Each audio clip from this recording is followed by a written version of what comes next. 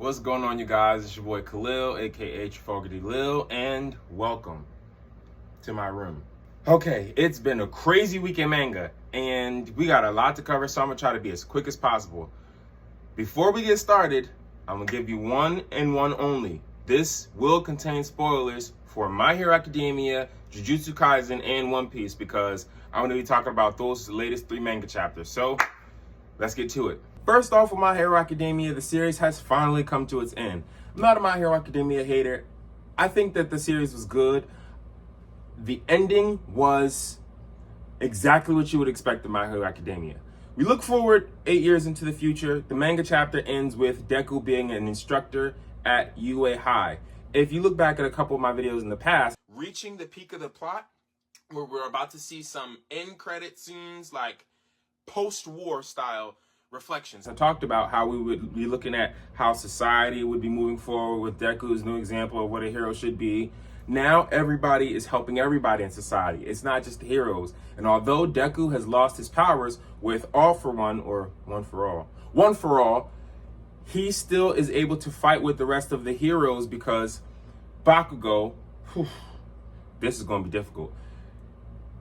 Destructive, Explosion Dynamite God, I think that's his superhero name.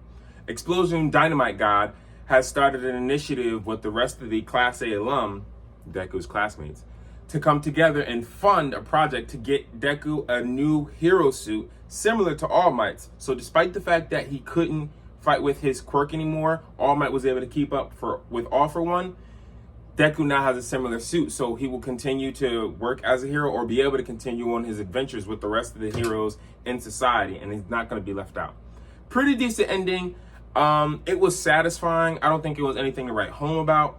I would give the ending, all in all, a 6.5, maybe 7 out of 10. But the chapter was good. The war ending was pretty decent. The overall ending arc of My Hero Academia, I would give about an 8. So congratulations to the end of My Hero. It's been quite some time. Congratulations on the anniversary, and you will be missed. Next, in One Piece, we got a crazy chapter. Okay, first off, Kobe has grown some cojones. He thinks of all people, as one of the final competitors named in the chapter by Vegapunk, as one of the people who possibly had the opportunity to find the One Piece. He's going to be the one to stand in the way of Luffy's dream.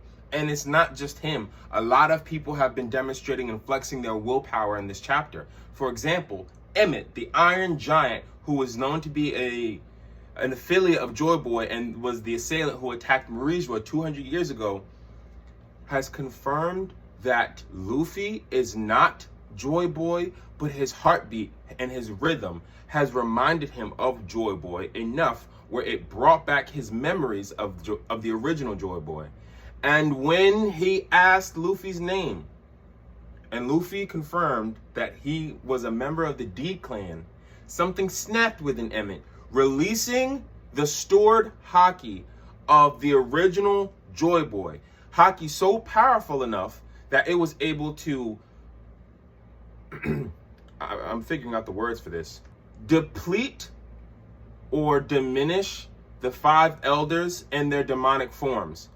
If you pay attention and go back to when they first appeared on Egghead Island, they were summoned.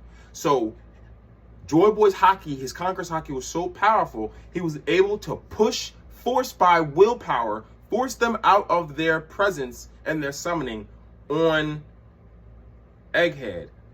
And when they went back to Marijua, we got to see Imu, who seemed to be exasperated or tired or exhausted for some reason. I think Imu's power was necessary to get or summon the 5 elders to Egghead Island, and Joyboy's willpower was so powerful, it overwhelmed even Imu, who wasn't able to stand toe-to-toe with the original Joyboy's Conqueror's haki. Crazy chapter. What this implies, what it means for the future. And it might seem a little confusing and like a little bit of an ass pull to say that haki could be stored inside a being, but we do know that haki is willpower, and anything I look at it as passing on inherited will. Joyboy quite literally passed on his will to Emmet so Emmet wouldn't feel alone in the future, even after Joyboy died and from his physical body. His will would live on, quite literally, in Emmet. So, crazy One Piece chapter. Last but not least, for Jujutsu Kaisen, we get a look inside Yuji's domain expansion. And it looks like he's about to give Sukuna a talk no jutsu. And it does. For the entire chapter. But what Yuji does when he takes Sukuna through one of his hometowns in Kitakami, Japan, he takes him through his previous experiences. He walks him through his life to show him his own humanity, Yuji's humanity, and inspire some empathy inside Sukuna. And at the end of their walk, their conversation through Yuji's childhood, Yuji tells Sukuna that he's giving him an option. He could return to his own body, or he could stay in Megumi's and Yuji could kill him.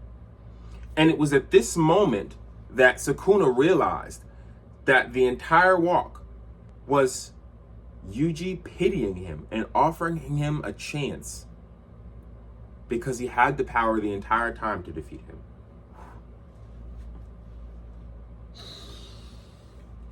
I don't know what's coming, but Yuji is about to give him a left-right goodnight that he can't avoid because he's in the domain expansion, on top of the fact that in the domain expansion, not only are your techniques guaranteed to hit, all of your attributes and stats are boosted.